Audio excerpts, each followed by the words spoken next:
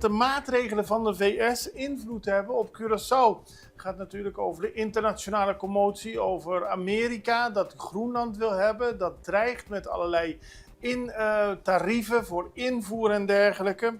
En nu heeft de geopolitiek analist Edgar Sosa in de extra uitgelegd wat dat precies voor Curaçao kan betekenen. Want de Amerikaanse maatregel die is aangekondigd tegen de Europese Unie als drukmiddel voor de annexatie van het grondgebied van Groenland heeft ook gevolgen voor ons. Het heeft directe gevolgen voor de consumenten op Curaçao. Het heeft namelijk gevolgen voor de koopkracht, maar ook voor ouders met kinderen die in Nederland studeren. Amerika wil vanaf 1 februari 2026 een extra invoerbelasting van 10% heffen op alle producten die uit Europa afkomstig zijn, ook Nederland. Indien er geen akkoord wordt bereikt over het Amerikaanse verzoek om het grondgebied Groenland over te nemen, dan zal deze opgelegde belasting vanaf 1 juni 2026 stijgen naar 25%.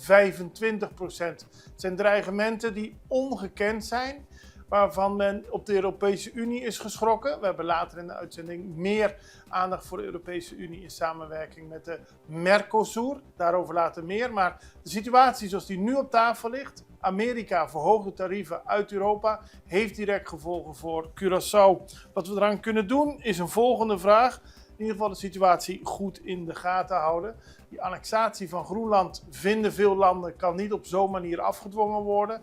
Maar het leeft in ieder geval een spannend jaar te worden, 2026. En laten we hopen dat het niet met al te grote en al te erge ontwikkelingen